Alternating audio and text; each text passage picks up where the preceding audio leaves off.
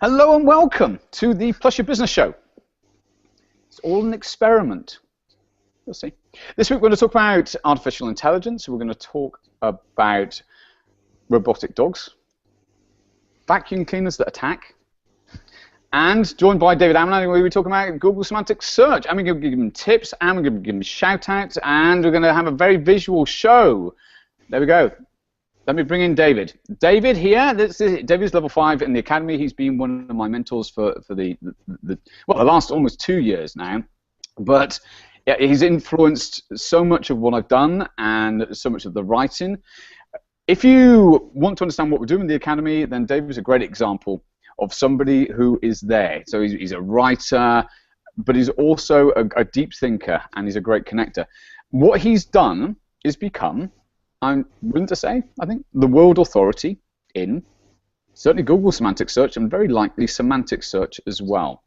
And you want to prove this and bring up an incognito window and look for those terms, and you'll find that he will surface. Sometimes a little up, sometimes a little down, but he's going to be there. Now, this is what we're doing with the Academy, is supporting people to become the authority that they want to be in the niche they want to be, as evidenced in search. So, welcome, David, and thank you, Travis, for all of your help with getting everything going. Martin, hi, and what a great PYB show. You know, it's actually a lot of things we're covering today, which I'm very excited to talk about. This is good. So let's now bring up, Travis. Let's talk about it. I mentioned it's all an experiment. So David sent me over SEO help, and he gave me an acknowledgement in there. And as you can see, he says, Mark Shipman has been a constant source of inspiration because he has never stopped experimenting. Now, this is why I thought the opportunity with Hangouts, you can experiment, you can do different things. So, which is kind of what experimenting is. I was going to stand up until about 12 o'clock last night. So this is what you've got today, folks.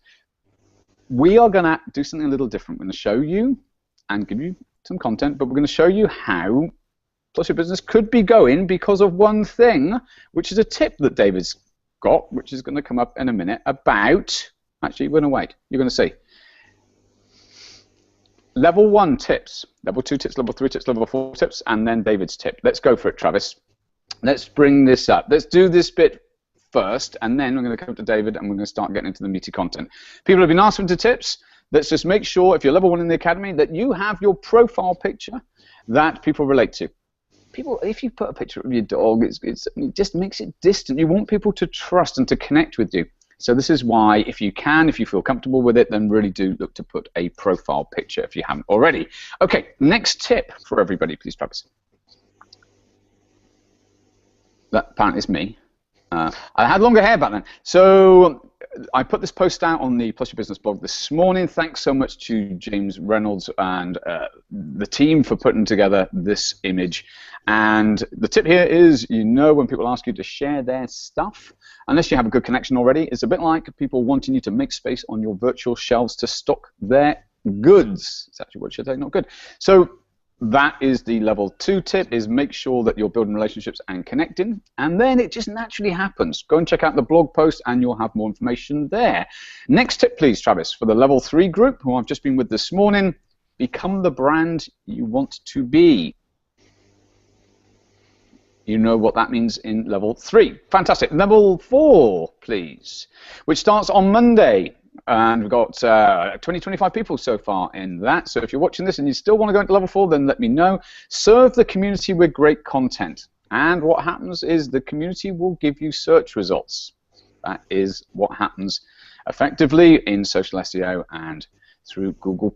Okay, the final one, and we're going to move to David. David, PYB level 5, find your uniqueness, which is what we're going to start to talk about, because myself and David have been geeking out on something, geeking out lots of things, but geeking out in particular in the last, I don't know, few months on artificial intelligence. Where's it going? What's going to happen for business? So, David, welcome. Thanks for joining and being part of this grand experiment. Thank you for inviting me. So, let's talk about what is going on in the field of AI. Why should we care about it? Well, for many reasons, really. Essentially, as we transition into the 21st century, the old cliche thing about working smarter instead of working harder has never been truer than ever before. And everything we see, the tools we use, search, smartphones, tablets, even the analytics tools we're actually using, they are not just telling us the data we mine, but they also give us an interpretive layer on top of that, which gives us the intelligence of the data we mine. They're becoming smarter in many ways, they're smarter tools.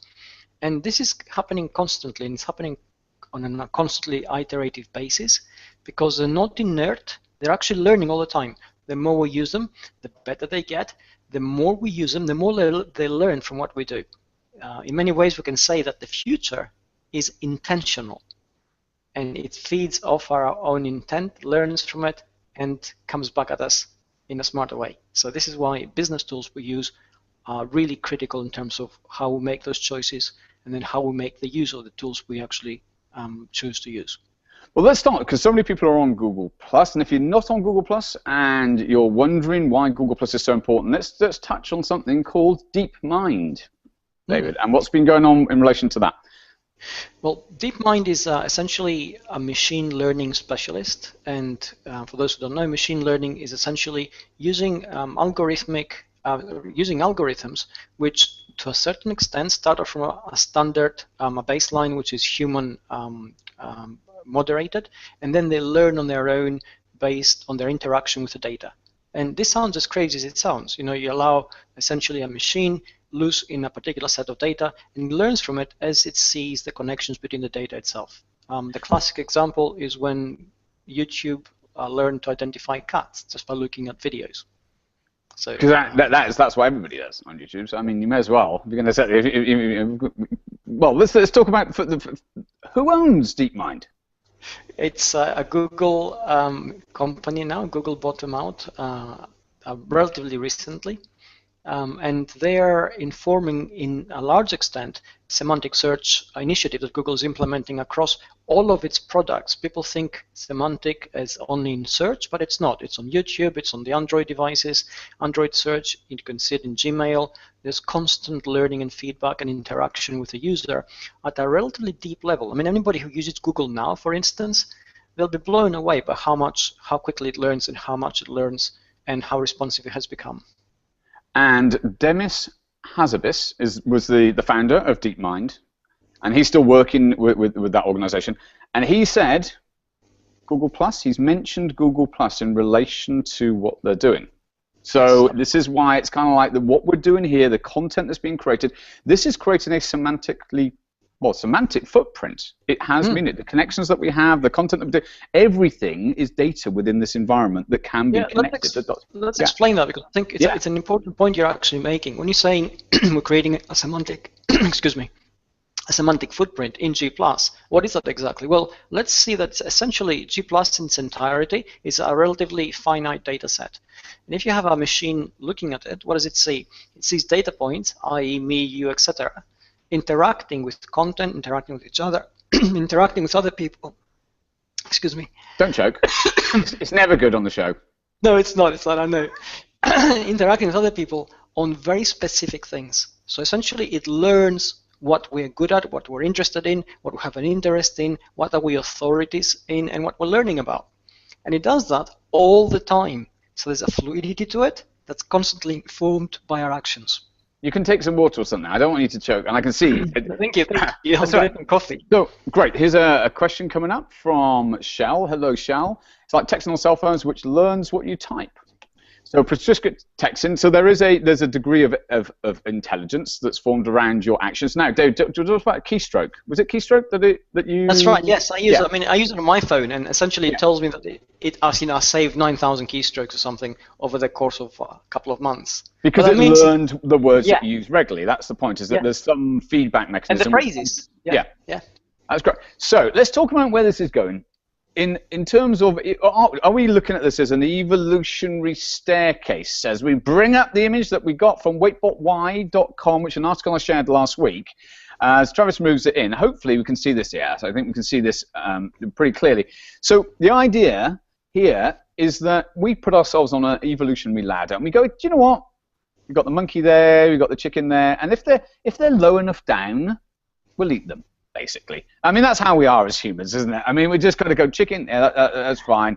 Vegetable, not a problem. Monkey, no. I'm not. And David and I were talking about dogs earlier. You go, no, I'm not eating a dog because they got personalities. And we consider they've got more intelligence that's there. Now with AI is going, and if you're into Kurzweil's work or if you're into looking at Singularity University, there's a bit of a kick kind of going to happen. It would seem that is involving artificial intelligence. And we often think that that's just a few steps up on the staircase, and we're going to have a smart best friend. That's what we're going to do. David, what do you think about where this is going as we bring up the next image of the staircase? Well, first of all, I think you're making an incredibly important point here. Every time we have set a goal and saying, AI is happening there, and we say that because it appears difficult to reach. And the moment we reach it, we're saying, oh, yeah, we got that. Well, AI is not quite here. It's going to be the next step, and then the next step. So it appears to be a receding horizon. And I think, you mentioned dogs, for instance, and, essentially the thing about AI, and we know a lot of famous people, Bill Gates came out, Elon Musk, even Stephen Hawking, and they said, we've got to fear it. And there's a very emotional connection there, a very emotional reaction. But every time we react to artificial intelligence, we're not reacting to artificial intelligence, we're reacting to our emotional projection on that construct. It's like, some people say, my oven is evil, or my fridge is, really bad. Yeah. Well, it's not. It's a machine, right? Either works or doesn't work. But we project a kind of humanizing thing. And this is exactly what it is. Essentially, we're constantly going to be chasing iterative processes of intelligence. Our tools are going to get smarter and smarter and smarter to the extent that they will appear to be incredibly intelligent. But until they can say no to us, until they can learn on their own without any input and make judgment values of their own entirely, they're not really going to be intelligent in the way that you and I are, or even perhaps the way a monkey is, or even a chicken. So it may be a little way off, but there's a movement towards AI becoming increasingly intelligent and potentially it hitting a exponential. Well, there is an exponential curve, but a point where it all happens quite quickly, or very quickly. So one of the things is we're talking about the emotional connection that we have. And you and I were talking before, and if you haven't seen it yet, there's a video that went out of a Boston Dynamic dog. And what happens? And Travis will bring him up. So this is the dog. What happens? Somebody kicks it. Somebody kicks the dog. And it's a robotic dog. Boston Dynamics has been bought by Google. So they're very much in the robotics business. And we all looked at this, and David didn't share it because he was like, oh, it's not right. Well, yeah, that's like a dog being kicked. It seemed unnecessarily cruel, didn't it? And I know this is a stupid emotional reaction, really. But I went back and analyzed it, and I thought, I'm projecting values onto a machine which arguably doesn't have, but I am still projecting those values, and I'm reacting to that emotional connection. And I don't know that machine. I'm just reacting to a human kicking a dog, a robotic dog that's struggling to maintain its balance. Yeah. And it's in that struggle that we see a semblance of humanity, a certain spark, which brings out that emotional response. And Layla Martin had the same response. I saw that on the thread, and she has a dog training business, Jim Burwell's Petty Care, and that was if you're connected to what it is like, which is like a dog, then that's there. So I did stand up last night, and I said, it's like, don't kick it, stroke it. It's going to own us. This thing. Be nice to the dog. And I went on because last week, I don't know if you saw this. There was, I think it was in Korea. In fact, Travis is going to bring the pit. See, that happened on one day, so we all saw that and just went, oh, I'm not sure about, don't kick. I've seen Terminator. We know where this goes. If you're not careful, be nice to the robots, right? And then a robot vacuum cleaner attacked somebody. It's like it was like it started. It's begun. Just be nice to the machines, okay? You've got to look after them. Now the point is, let me just say with this, I found this quite entertaining. Firstly, the person fell asleep on the floor, and that was it. And the vacuum cleaner just kind of did its job. But the fact that this photo ends up on the internet, where people are like, killer robot attacks kind of thing. It's like on the edge of the story. But these machines, we have a relationship to things which are getting increasing intelligence. Not the robot vacuum cleaner. I mean, come on. But in time, maybe it will start scolding you if you leave your socks on the floor. You never know. So, in terms of business, David, because I know people go, okay, well, what does this mean for humans? And for us, what do we do? We're in 2015. How should we be looking at business for the next 2 years, 3 years, 5 years, knowing that all of this is happening? Isn't that an interesting question? Because it presents us with a paradox. The more machine intelligence and machine engagement interaction we have, the more layers we put there, the more important and critical to it all becomes the human connection.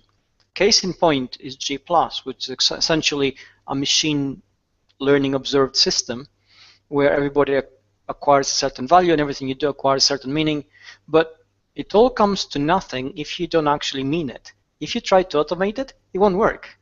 You really need that human connection, you need that human interaction, you need that, you mentioned uniqueness. Who are you as a person? What's your identity? What is your set of values? How do you connect to other people? If you can't sort or solve that at the human level, then every other tool we use is going to be useless. So it's quite fascinating in the way business is shaping now. So one of the things, we're talking with Gideon Rosenblatt next week is going to be the guest, and we're going to be talking around business automation. We're going to talk a lot more on Amazon, but one of the things now, David, is how, if you look at the intelligence that Amazon has in terms of its algorithms to suggest things, it's getting smarter. It is, and again, I think this is an incredibly important point you're bringing up, because let's look at the automation Amazon has.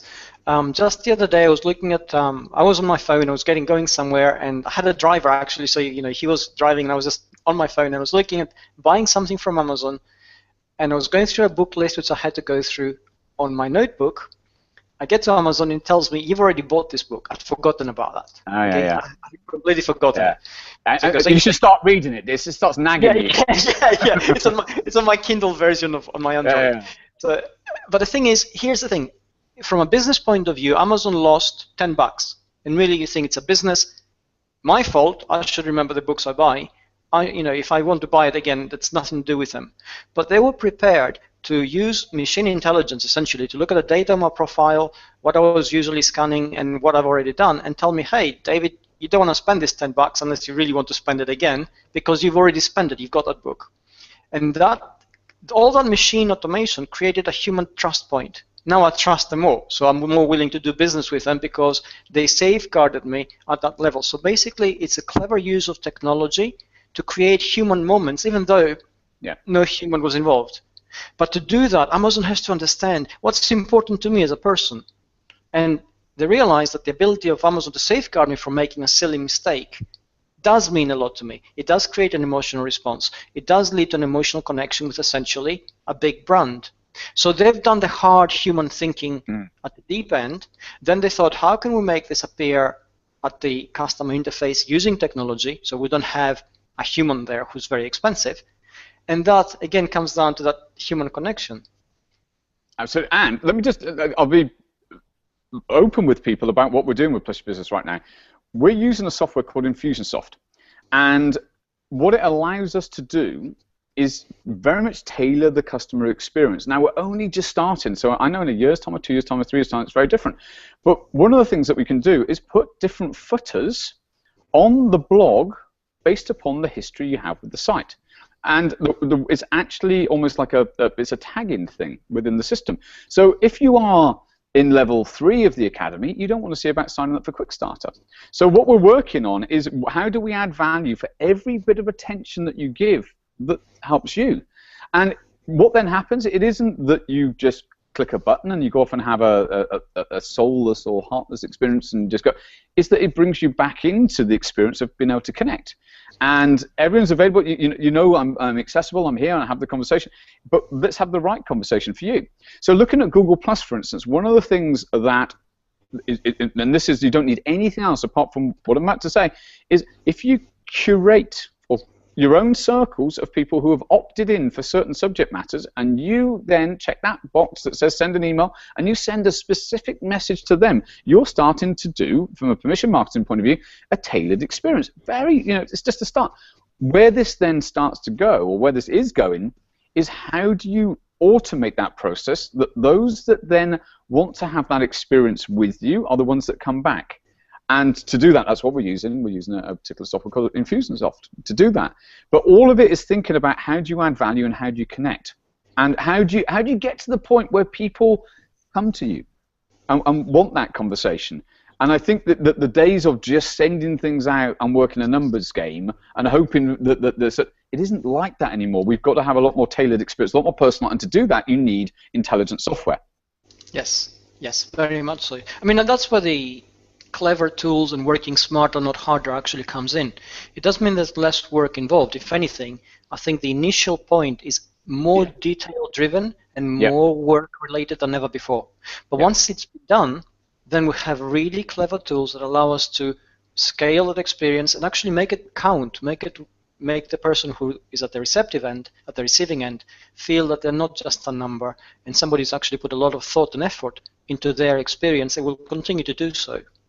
Absolutely, and if you look at the difference between what we can do on the internet, it's very 1980s to say internet, isn't it? But if you think about that, as opposed to watching television where you get interruption, I'm thinking, I don't want to buy a Chevy. I don't. And some of those other adverts, I don't want any of that stuff. Do you know what I mean? You got bail bond adverts. No, the internet's a different thing, and so you don't have to use that interruption market. It's a different approach, but you have to have, as you say, you have to build the structure. You have to have the systems in place, and this is where business is going to go. Increasingly, the ones that succeed are the ones that are going to have the most efficient systems, and there are some very smart people doing smart things out there. Yep, so, I agree. Absolutely. Now, I'm just going to give some shout-outs. Hi to Will and to Boyan and to Alexandra and to Matthew. I'm paying attention to David whilst looking at the comments. It's great to see everybody. Let us know if you like this format of a show, because we're going to move into the shout-outs very soon. And hi to Dave, and I'm going to call you Adelheid because you've got that as your username. I know it's not that. Marcus and Hallie as well. Emotions are energy in motion. Absolutely there. And Robin as well, and Craig and Karen and everybody else watching. And Marcus, you've got long. If you want to ask questions, folks, if you can make that just a little bit shorter so I can read them quickly and we can bring them in, then that really helps myself and Travis just to see what the questions or comments are. That'd be wonderful. Okay, Travis, let's now move into. Do you know what? We should do something a bit fun, a bit crazy fun. Should we move into Spam of the Week? Spam of the Week. It's got a jingle. Did you hear that? I'm just making it up. So. We're talking about machine learning. We're talking about training, but don't bring it up on screen yet. And I can't stay for very long. I've got to set the scene on this one. Myself and David. So, didn't stand up last night. Realised some of the experience that people have as community members isn't the experience that the moderators have. In the early days of communities, this is like in the early days, educational section, we had to train the algorithms. Everybody, you train the algorithms. That's how it works. So when you're a community moderator, if you throw out the spam and you report somebody, that sends a signal to Google. Don't send me that again, because that isn't, and it picks up all of the patterns. It can read a lot of the images as well. So it starts to build up not just the text and who's it from and the history of that person. So the spam filter is very important that you moderate that well. However, once in a while, and I'm going to use the phrase, Star Wars quote, everybody, you're going to get the accent. You will never find a more wretched hive of scum and villainy. That was Alec Guinness' impression, by the way. That is from Star Wars, and he was there. You will never find a more wretched. Yes, you will if you go to the UK spam filter on a bad day. Now, the algorithm's been well trained, and yet I still got this one that snuck on through. Travis, I'm not even going to show you everybody. We have to deal with this sometimes. We have to throw that report and block people, sends the right message. That says, I'm not even going to read it. You can see what it says. You can see what it says. You never know what you're going to find. A more wretched hive of... So there we go. Spam of the week. I am going to bring it up. Not to name and shame the person, because they're probably very nice. But you're getting this every week now. And maybe from the Plus Your Business. We'll get it rid off the screen now. That's it. Point made. So you train the algorithm. Everything we're doing here is sending the signals to search, and it changes the potential future. Now, this is an interesting one, David. Should we touch on this before we come to the shout-outs? This is, you are changing what then gets caught in the spam filter. You're changing the experience for community members and people's attention. You're influencing their future by the decisions that you make as to what you let in and what you don't through our actions. Absolutely. Yep. I mean, this is a classic. Probably the easiest way to describe this is the classic Windows syndrome, basically, where the environment you create and the way you engage and interact shapes the experience for everybody, not just for you, but essentially it begins to impact upon everybody else. If we want a stronger signal that PYB is a community in the grander sense of the word, and G+ is a community in the global sense of the word, well, bear that in mind, that essentially your conduct, what you do, what you say, how you interact, what you report, what you don't report, shapes it for everybody else before and after you. Great. Thank you, David. Now, first shout-out, thanks to everyone for watching. First shout-out is to Travis. Travis Taylor, everybody. He has been working with me on this show. If you like what we're doing, please do a virtual applause in the comments and say thank you to Travis for the support. We want to make it visual. We want to give you a different experience. We're keeping it a pretty tight show as well. So sometimes it may be 45 minutes, sometimes it may be 30. We're seeing what works. And Travis is going to move us now into the shout-outs of the week. I'm going to add jingles eventually. So, Travis, I'm going to go into the show. And the first shout-out, we have Bob Strassel, who has completed his level 1. If anybody wants to tag Bob in the... He's got 2 accounts, by the way. I noticed he's got 2. Do you want to have a look at that? Well, I wasn't sure which one. But I chose that picture. If you want to tag him and let him know he's had a shout-out from the PYB show, that would be fantastic. So well done. You've completed your level 1. And then we move into level 2, shout-out of the week. Lindsey Allen. It was great. You've some great questions this week, and you're getting on really well. You've connected wonderfully with Mary Stovall. Well done, Mary. And Lindsey is a Trailblazer cadet, so he's working through the level 2 program, and he works a lot with Genesis theme, which is what we use on the Plus Your Business site as well. So good to see you. If somebody would like to tag Lindsey and let him know, that would be wonderful. I won't say that again. I'll just let you tag them as they come up. Melinda, well, number 4. We've got a number 3 as well, which is probably somewhere, and then we're going to number 4. It's okay. We can move it after. Number 3, Sheila Hensley. Sheila Hensley's had a shout-out on the show before, but I want to give a special shout-out. Always a pleasure. Sheila, she is in level 3. She's a Pathfinder cadet, and I saw you earlier today. Melinda Samson is from Monday, but I thought I'd include it today, a Pacesetter cadet, and that's about the 3rd time I've said Pacesetter, because that's the level 4 program, which is almost the finale of the academy. Melinda's in Australia, lovely person, great to have you on board, and looking forward to seeing you when we start on Monday, and then on Friday we've got the first hangout there. So everybody watching, I just want to let you know, so thank you to everybody and for the shout-outs. Just to let you know how we're going to be structuring from next week, the hangouts, if you're in the different levels, level 1's free, and Monday at 2 p.m. EST, we have the level 1 HOA.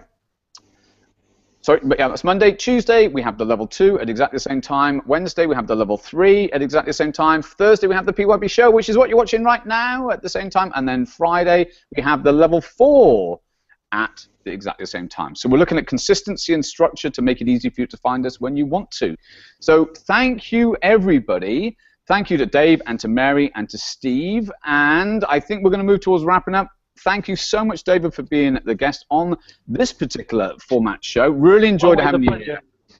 Thanks so much. Last thoughts for anybody?